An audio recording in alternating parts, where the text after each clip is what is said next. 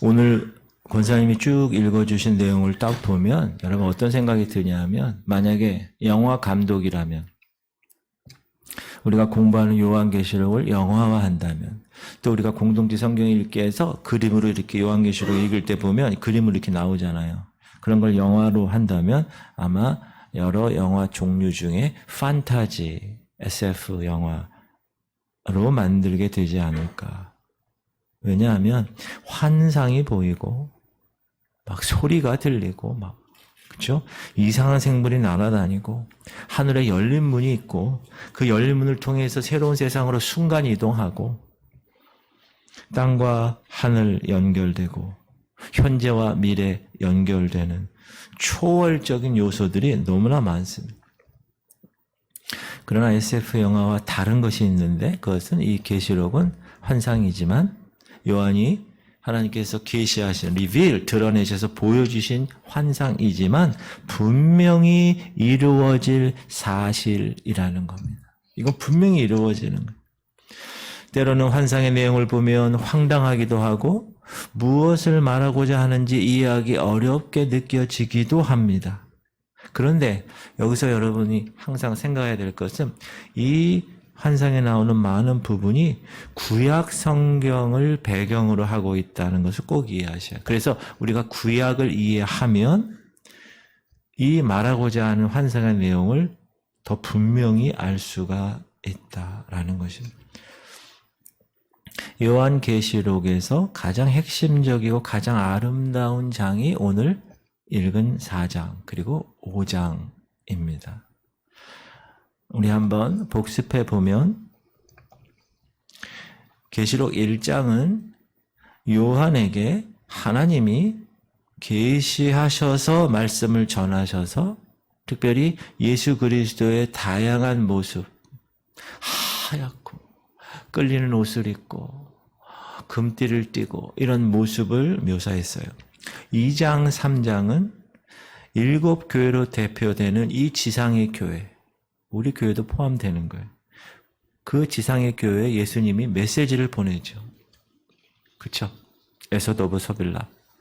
그래서 그 교회에 맞게 예수님께서 말씀하십니다.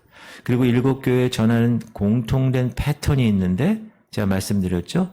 그 교회의 예수님의 모습이 각각 달랐고 그 교회에 맞게, 그 다음에 이기는 자에게 주시는 약속이 있었고, 또 귀 있는 자는 성령이 교회들에게 하시는 말씀을 들으라는 권면이 있었습니다.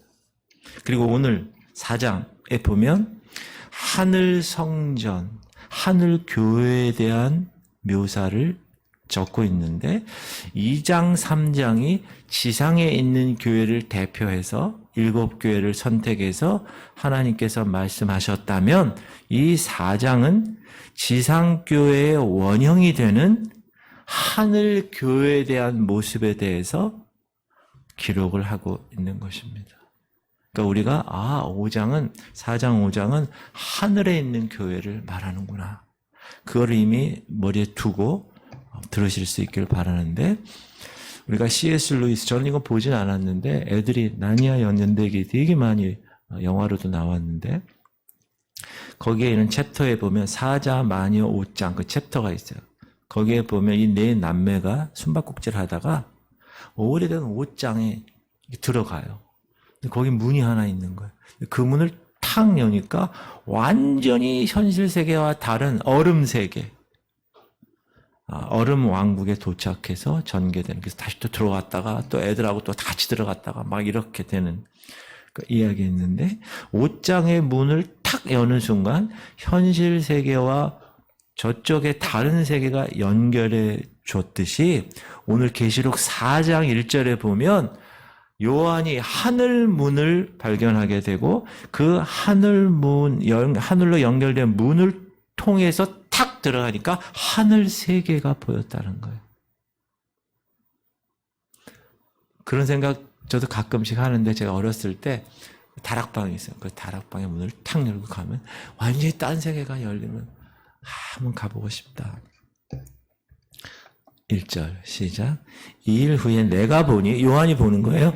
하늘에 열린 문이 있는데 내가 들은 바 처음에 내게 말하던 나팔 소리 같은 음성이 이르되 이리로 올라오라. 이후에 마땅히 일어날 일들을 내가 내게 보이리라 하시더라. 하늘로 연결된 열린 문이 있는데 하늘 세계로 올라오라 하는 거예요.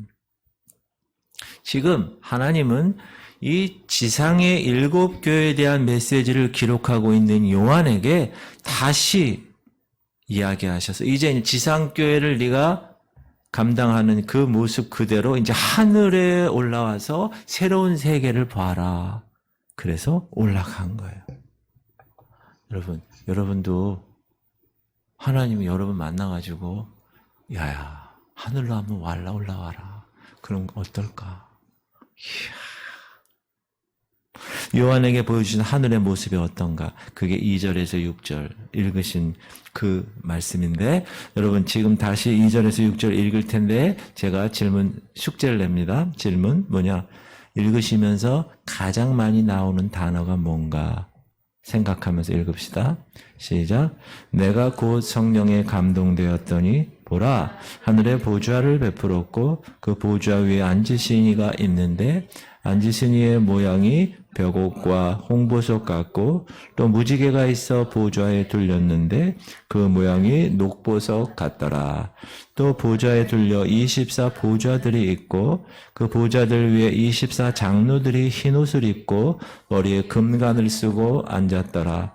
보좌로부터 번개와 음성과 우레소리가 나고 보좌 앞에 켠 등불 7이 있으니 이는 하나님의 7 영이라. 보좌 앞에 수정과 같은 유리바다가 있고 보좌 가운데와 보좌 주위에 4 생물이 있는데 앞뒤에 눈들이 가득하더라. 질문, 어떤 단어가 가장 많이 등장합니까? 그렇지, 보좌. 보좌라는 말이 무려 11번이나 등장하는데 요한이 이제 하늘 보좌가 있는 곳에 이른 거예요.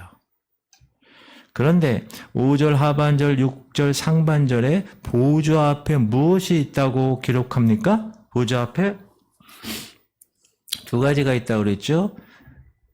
켠 등불 7이 있으니 이는 하나님의 7 영이라. 보좌 앞에 수정과 같은 유리 바다가 있고 보좌 앞에 뭐가 있다고요? 7 등불과 유리 바다가 있다. 딱 보면 우리가 이제 여기서 구약을 알아야 되는 거예요. 자, 구약에 하나님께서 성막을 지으시려 했죠. 그렇죠? 성막. 그래서 그 성막을 이제 어떻게 지으라 우리가 출애굽기하고 막 공부했잖아요. 그렇죠? 그 성막은 성소와 지성소로 되어 있고 지성소 안에는 법궤가 있고 성소 앞쪽에는 마당 뜰이 있죠. 지성소 위에 법궤 위를 시은좌라고 하죠. 천사가 그룹이 이렇게 되어 있는 거. 시은좌. 베풀시 은혜은 보좌 앉을 좌. 그러니까 은혜를 베푸는 자리. 하나님이 그곳에 쉐키나로 빛으로 임재하시는 자리가 그 자리예요. 지금으로 얘기하면 이런 자리가 있다는 거예요. 성소가 있고 지성소 커튼이 딱 있고 이 안에는 불도 없어요. 깜깜한 곳에 괴짝 같은 게 하나 있는데 그 위에 하나님이 빛으로 임하시는 거예요. 이 성소에는 빛을 24시간 등불을 켜지만 이 지성소는 깜깜하다. 왜? 하나님이 빛으로 오시기 때문에. 그래서 은혜 베푸시는 자리. 그리고 성소에는 7개의 금초대가 있어요. 그리고 마당, 저 뜰에는 제사장과 제물을 씻는 물두멍이 있어요. 큰 그릇. 솔로몬 때는 이 놋글 큰 것을 놋으로 만든 바다라고 했어요. 자, 하늘에 지금 이거 하늘이에요. 하늘. 보좌와 7 등불과 수정 같은 유리바다가 있었다는 것처럼 지상의 성전에도 시은좌가 있고 7 촛대가 있고 물두멍 바다가 있었다. 무엇을 의미합니까? 요한이 본 것은 지금 열린 문을 통해서 본 것은 하늘 성전이고 지상 성전은 하늘 성전을 본따서 만들었다. 반영했다라는 것입니다. 요한에게 지상에 있는 7 교회의 메시지를 전하건 후에 열린 하늘문을 통해서 하늘 교회의 모습을 보게 하신 것이 무슨 의미입니까? 이건 땅과 하늘이 연결되어 있다는 거예요. 지상의 교회와 하늘의 교회가 연결되어 있다는 거예요. 이 우리 지구촌 교회가 하늘의 교회와 연결되어 있다는 거예요. 자, 우리가 창세기에서 야곱이 형 에서를 피해서 도망가죠. 하란으로. 근데 베델에서 하룻밤 묵을 때 돌베개 베고 자다가 꿈을 꾸죠. 그 꿈의 내용이 뭐죠? 하늘과 땅이 연결이 되고 사닥다리가 나오고 천사들이 오르락내리락하는 장면이 그 꿈입니다. 그래서 잠에서 깬 야곱이 이렇게 고백합니다. 시작. 이에 두려워하여 이르되 두렵도다. 이곳이요. 이것은 다름 아닌 하나님의 집이요. 이는 하늘의 문이로다 하고. 하나님의 사람이 있는 그 지상이 하늘로 연결되어 거기가 하나님의 집이고 하늘의 문이라고 얘기합니다. 거기에 이곳이요. 야곱이 얘기하는 거예요. 이 모든 땅의 것은 다 하나님의 집이고 하늘로 연결된 문이다. 그래서 하나님의 집, 그래서 베델에서 베델, 그렇게 그곳 이름을 정하죠. 그래서 이 땅의 교회, 이 땅의 교회에 속한 성도들은 저 하늘 교회를 본받고 하늘교회 보좌에 계신 하나님의 뜻을 따라가야 한다는 것을 이야기하는 것입니다. 사랑하는 성도님들, 그러므로 우리는 하늘교회의 멤버십으로 이 땅에 파송되어 있음을 잊지 말아야 합니다. 이게 너무나 중요한 거예요. 따라해서 우리는 하늘교회에서 지상교회인 지구촌 성결교회로 파송받은 하나님의 사람들입니다. 믿습니까? 이게 너무 중요한 거예요. 그러니까 여러분의 위치가 여기가 아니라는 거예요. 하늘이라는 거예요. 거기서 파송되어서 하늘교회 원형을 이 땅에서 모델하우스처럼 하나 만들어 놓고 여기서 하나님의 거룩한 일을 감당하는 백성이 된 것입니다. 그러면 하나님의 뜻을 따라야 되는 거예요. 왜? 우리는 하늘교회 성도니까. 교회 이름을 하늘교회로 지을까요? 그거 꼭 기억하세요. 이 땅에 계시면서도 나는 하늘교회의 멤버십이야. 성도야. 꼭 기억하셔야 돼요. 두 번째 생각할 것. 그러면 하늘 보좌와 관련된 부분을 좀 더 자세히 보면 질문 드립니다. 그 하늘 보좌, 지금 요한이 하늘 열린 문을 타고 하늘의 세계에 가서 보좌를 봤는데, 여러분 보좌라는 곳은 누가 앉는 곳입니까? 보좌라. 왕이 앉는 거예요. 통치자가 앉는 곳입니다. 그럼 하늘 보좌에 앉으신 분은 누구겠습니까? 하나님, 당연히 하나님. 그리고 또 뭘 이야기합니까? 모든 통치는 다 하나님으로부터 시작된다는 것을 이야기합니다. 지금 우리가 이 땅에 살지만 이 땅에 모든 사는 것도 다 하나님의 통치에 의해서 사는 거예요. 지금 우크라이나 러시아 전쟁하고 이스라엘 하마스 전쟁하는 것도 하나님의 통치하에서 있는 것입니다. 그런데 그 하나님을 어떻게 표현했습니까? 하나님을 3절 시작. 앉으신 이의 모양, 하나님의 모양이 벽옷과 홍보석 같고 또 무지개가 있어 보좌에 둘렸는데 그 모양이 녹보석 같더라. 앉으신 이의 모양을 뭘로 지금 요한이 표현했어요? 각종 보석 그리고 무지개 관련해서 표현했다는 거예요. 자, 그러면 왜 그렇게 했을까? 이 표현은 하나님의 성품이 보석과 같이 아름답다는 거예요. 하나님의 성품이. 하나님의 성품 우리가 제일 먼저 선하신 하나님, 공의로우신 하나님, 의로우신 하나님, 긍휼히 여기신 하나님, 막 이런 여러 성품이 있는데 그 성품이 보석과 같이 아름답다. 이것은 구약을 우리가 항상 본다고 그랬잖아요. 구약의 에스겔서에 나와요. 시작. 네가 옛적에 하나님의 동산 에덴에게 에덴 동산을 얘기하는 거예요. 각종 보석꽃, 홍보석과 황보석과 금광석과 황옥과 홍만호와 창옥과 청보석과 남보석과 홍옥과 황금으로 단장하였으며 네가 지음받던 날에 너를 위하여 소고와 비파가 준비돼. 자, 하나님이 에덴 동산을 얘기할 때 홍보석, 황보석, 각종 보석으로 단장하셨다는 거예요. 저는 보석을 잘 몰라요. 황금밖에 몰라. 근데 여기 보석이 홍만호, 창옥, 청보석, 남보석, 홍옥. 다 처음 들어보는 거예요. 영어로 보면 뭐 사파이어, 에메랄드 뭐 이런 게 돼 있어요. 다 이게 한자로 지금 번역돼서 그런데.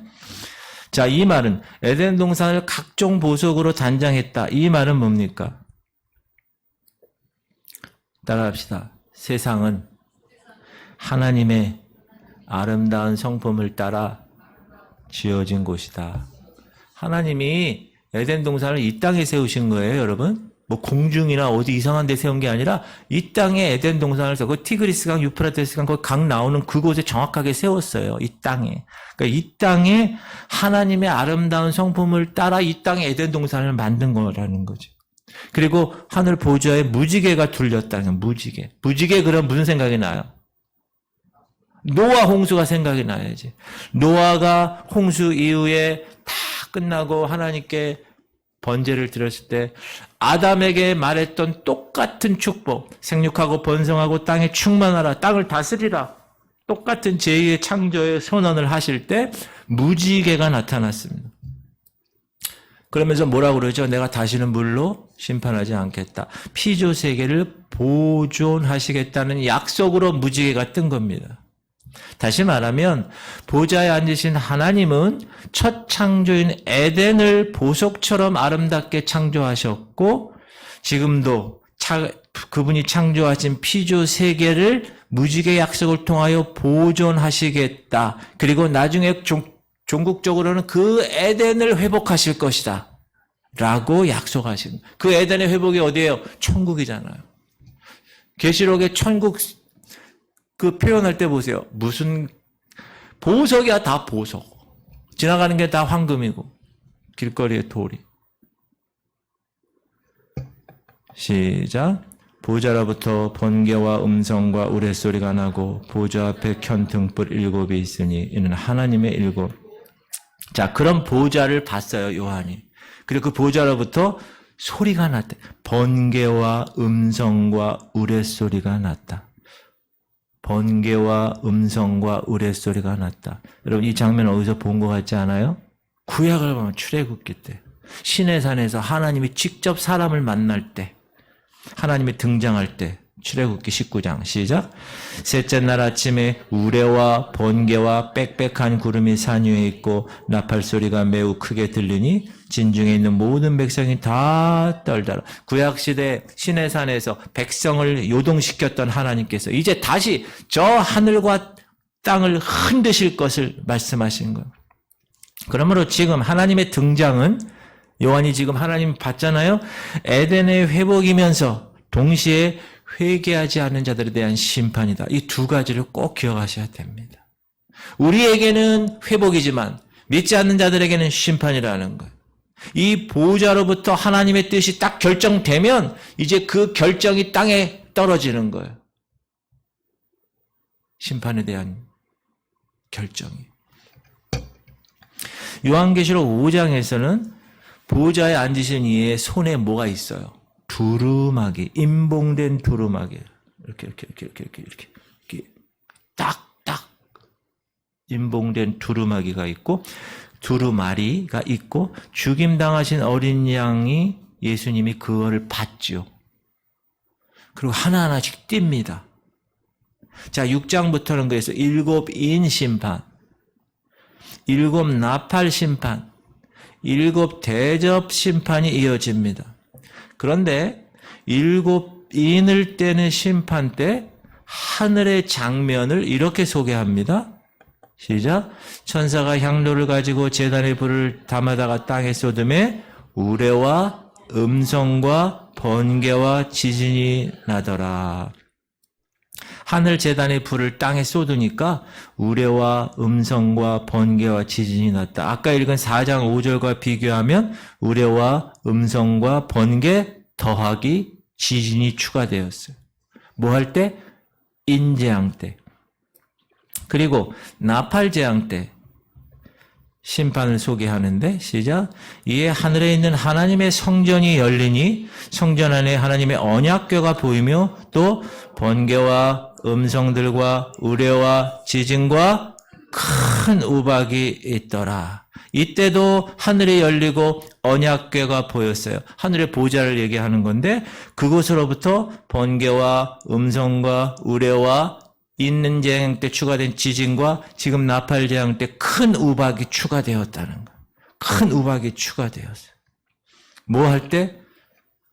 나팔 재앙. 그 다음에 대접 심판 때. 대접 요한계시록 16장에 보면 일곱째 천사가 그 대접을 공중에 쏟음에 큰 음성이 성전에서 보호자로부터 나서 이르되 되었다 하시니 번개와 음성들과 우레소리가 있고 또 큰 지진이 있어 얼마나 큰지 사람이 땅에 있어 온 이래로 이같이 큰 지진이 없었더라. 인재앙, 나팔재앙, 대접재앙 다 똑같이 하늘의 보좌에서 음성이 있다는 거예요.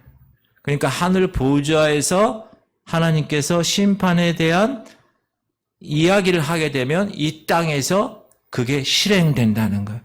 그런데 나팔재앙 마지막 때는 역사 이래 가장 큰 지진이 나타나는 거예요. 쉽게 얘기하면 절정, 하나님의 심판의 절정 클라이맥스가 나팔재앙 때 일어난다. 쉽게 말하면 7 인재앙, 7 나팔재앙, 7 대접재앙으로 갈수록 하나님의 심판은 점점 강도가 강해지는 것을 보여줍니다. 이 말은 동시에 세상은 시간이 지날수록 하나님께 대항하는 악이 점점 강해질 것이라는 의미도 포함됩니다. 이제 여러분, 주님 오실 날이 가까우면 가까울수록 세상이 더 악해질 것입니다. 그런데 번개, 우레, 지진, 우박, 천재지변적 재앙 속에 함께 항상 있는 게 뭐라고 그랬어요 지금? 보좌로부터 나오는 음성이라는 음성. 자, 그럼 성전에서 보좌에서 나오는 이 음성은 누구의 음성이겠습니까? 당연히 세상을 창조하시고 통치하시는 보좌에 앉으신 하나님의 음성이죠. 그럼 그 음성을 딱 이야기할 때 재앙들이 막 왔단 말이에요. 그럼 뭘 얘기합니까? 이 엄청난 자연 재해 소리 속에 하나님의 음성이 뭡니까? 회개하고 돌이키라는 하나님의 음성이 전달되는 것입니다. 이제 역사의 종말이 깊어질수록 악도 심해질 것이고 하나님의 심판의 재앙도 강해질 것이고 또한 하나님께서 돌아오라 하고 하시는 음성도 커진다는 것입니다. 자, 그럼 보좌에 앉으신 이의 환상이 우리에게 주는 메시지가 뭡니까? 요한계시록 당시에는 로마 황제가 보좌에 앉아 있었습니다. 황제가 앉는 보좌가 있어요. 강력한 통치를 상징하죠. 그때 교회는 엄청난 핍박을 받고 있었습니다. 그러니까 핍박 때문에 하나님을 떠납니다. 배신합니다. 교회를 떠납니다. 배교자가 나옵니다. 이 상황에서 지금 하나님은 지상에 핍박받는 교회에 하늘 교회의 모습을 보여준 것입니다. 그래서 야, 너희가 로마 황제가 아니라 보좌에 앉으신 하나님이 진정한 통치자가 되신다는 것을 이야기하는 거예요. 사랑하는 성도님들, 세상을 창조하신 하나님은 지금도 세상을 보존하고 계시고 붙들고 계신다는 것. 모든 죄악을 심판하고 계시고 새로운 창조를 완성하실 분이십니다. 믿습니까? 그래서 하나님은 새 창조의 완성을 모든 사람들에게 기회를 더 많이 주기 위해서 이제 기다리시는 거예요. 그래서 한 걸음씩 한 걸음씩 점진적으로 인재앙으로 나팔재앙으로 대접재앙으로 점진적으로 일을 하시는 거예요. 하나님을 대항하는 모든 악에 대한 심판을 내리는 재앙 중에서도 단 한 명이라도 내게 돌아오라는 엄중하고도 자비로운 주의 음성을 발하시는 것입니다. 사랑하는 성도님들, 우리는 이 땅에서 왜 이렇게 불의한 일이 일어나는지 다 이해할 수 없습니다. 왜 그 가정에는 저렇게 힘든 일이 벌어졌지? 왜 나에게는 이렇게 힘들어? 그러나 이해할 수는 없지만 우리가 믿어야 하는 것은 모든 상황을 알고 계시고 모든 상황을 통제하고 계시는 컨트롤 타워가 하늘에 있다는 것을 꼭 기억하시기 바랍니다. 그래서 핍박받는 지상의 교회는 이것을 믿고 인내해야 이기는 교회가 될 수 있다는 거예요. 그러므로 이기는 교회, 승리하는 교회는 종말을 향하는 과정에 하늘의 음성을 듣고 세상에 전할 수 있어야 된다는 것입니다. 저는 우리 지구촌 교회가 이런 교회가 되기를 소망합니다. 이기는 교회가 되기를 소망합니다. 승리하는 교회가 되기를 소망합니다. 세상을 이기고 세상을 정복하고 복음으로 예수 그리스도로 비록 지금은 이 땅에 살지만 우리의 시선을 저 하늘 교회 보좌에 앉으신 주님께 고정하고 이 땅에 사는 그날 동안 이겨내야 되는 것입니다. 그런 교회, 그런 성도들 되시기를 주님의 이름으로 축복합니다. 그게 오늘의 메시지예요. 세 번째 생각할 것은 요한은 하늘 문을 통해서 하늘 성전의 보좌에 앉으신 하나님을 만났습니다. 세상을 자신의 아름다우신 하나님의 성품으로 창조하신 하나님께서 지금도 세상을 통치하고 계시는 것을 깨달았습니다. 그리고 보좌에 앉으신 이에게 대항하는 세력, 하나님이 심판하신다는 것도 알고 지금도 그 심판은 점진적으로 성취되고 있습니다. 이를 시행하고 계신 하나님 보좌 우편에 그런데 24장로와 4생물이 존재하고 있다. 이들의 존재는 뭘까요? 시작. 또 보좌에 둘려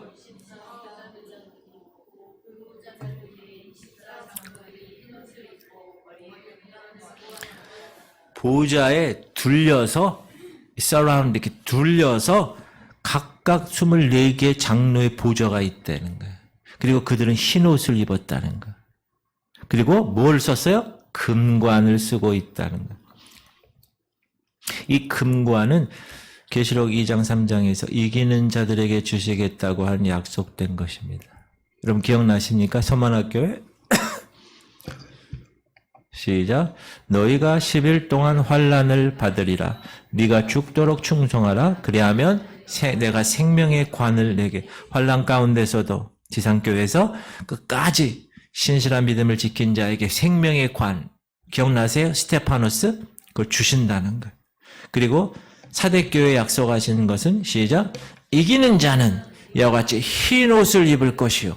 내가 그 이름을 생명책에서 결코 지우지 아니하고 그 이름을 내 아버지 앞과 그의 천사들 앞에서 시인한. 이기는 자는 뭘 입는다고요? 흰 옷을. 그리고 지난주에 보았던 라오디게아 교회는 무엇을 보았습니까? 약속했습니까? 시작. 이기는 그에게는 내가 내 보좌에 함께 앉게 하여 주기를 내가 이기고 아버지 보좌에 함께 앉는 것 같이 하라. 뭘 약속했어요?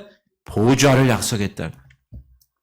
자, 24장로에게 주어진 보좌, 흰옷, 금관, 이건 모든 승리한 성도들, 승리한 교회에 주시겠다는 약속입니다.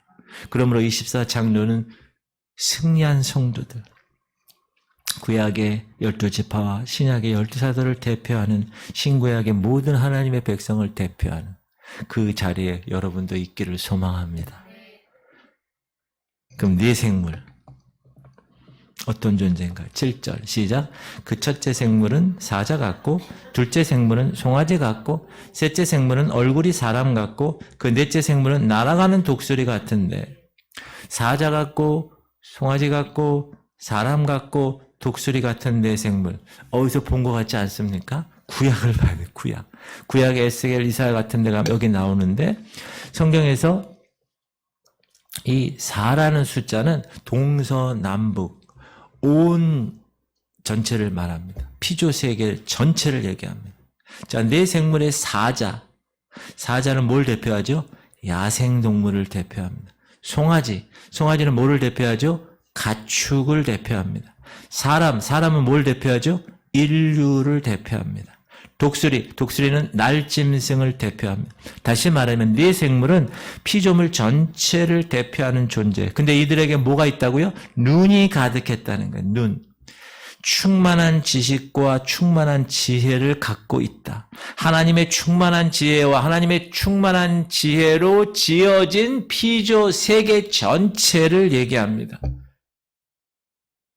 그러면 하나님을 믿는 하나님의 백성들 24장로를 상징하는, 그리고 네 생물을 상징하는 모든 피조물 전체가 지금 뭐하고 있습니까? 뭐하고 있습니까?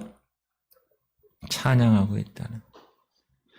하나님의 백성을 대표하는 24장로가 있고 피조물을 대표하는 네 생물이 있다는. 이 천사의 그룹들이 그렇게 상징적으로 보인 거예요. 요한에게.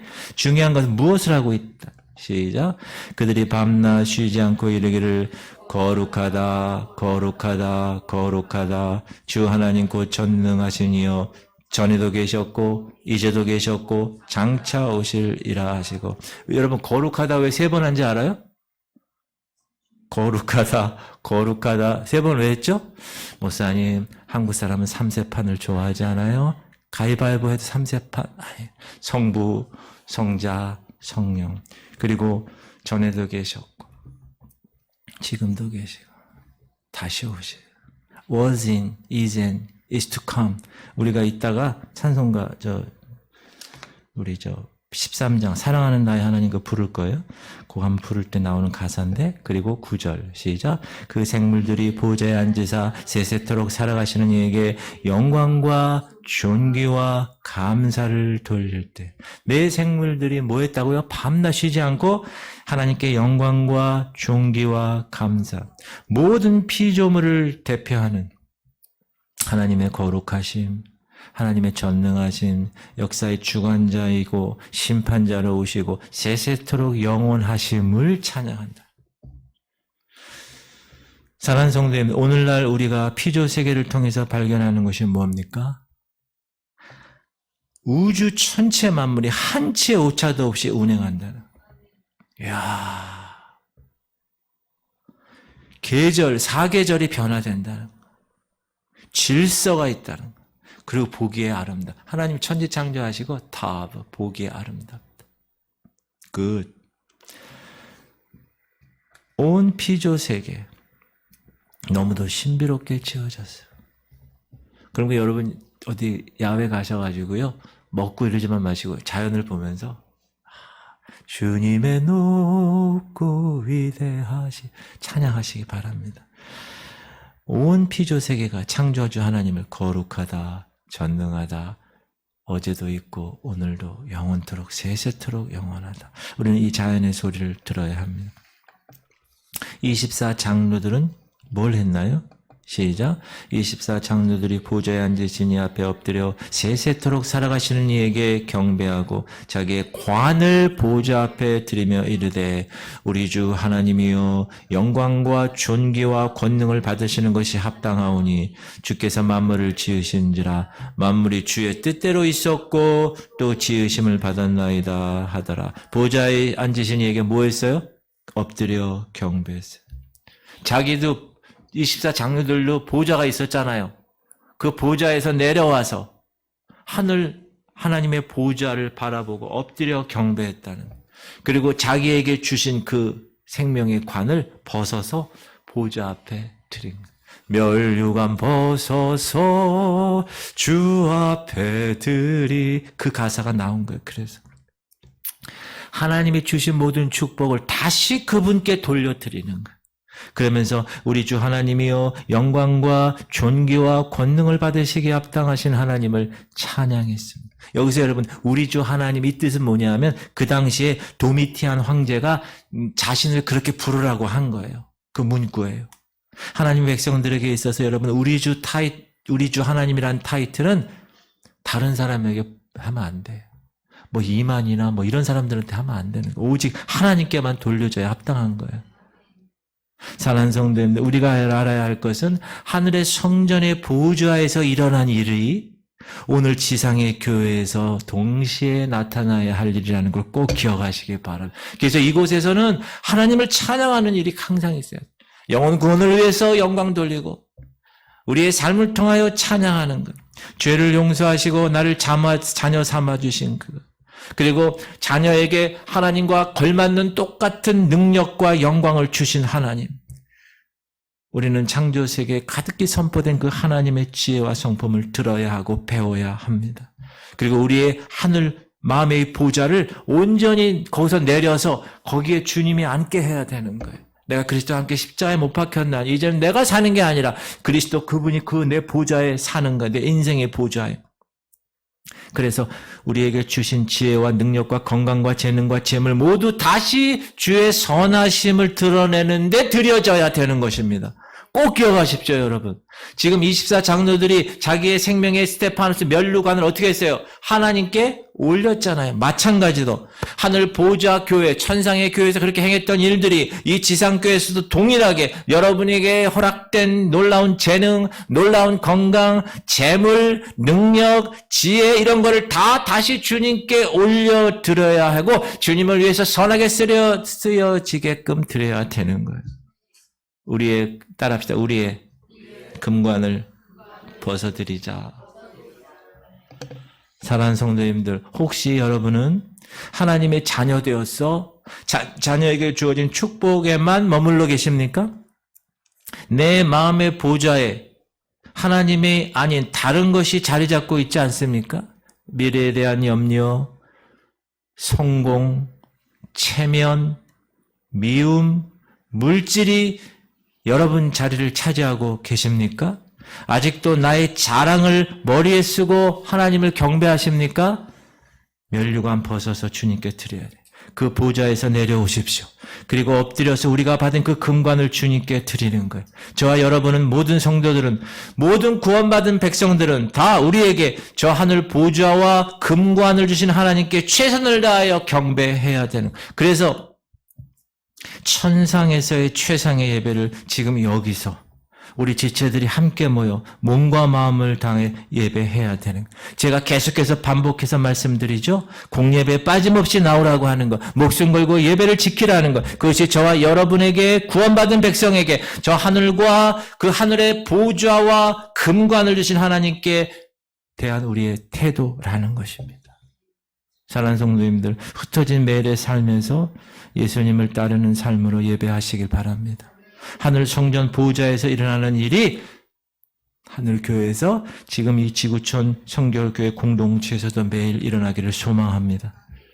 매일 주님의 교회인 우리의 삶에서, 여러분이 교회라고 그랬죠? 여러분이 교회예요. 여러분 스스로 우리의 삶에서도 이런 똑같은 하늘 보좌에서 일어난 그 일이 동일하게 일어날 수 있기를 주님의 이름으로 축복합니다. 할렐루야.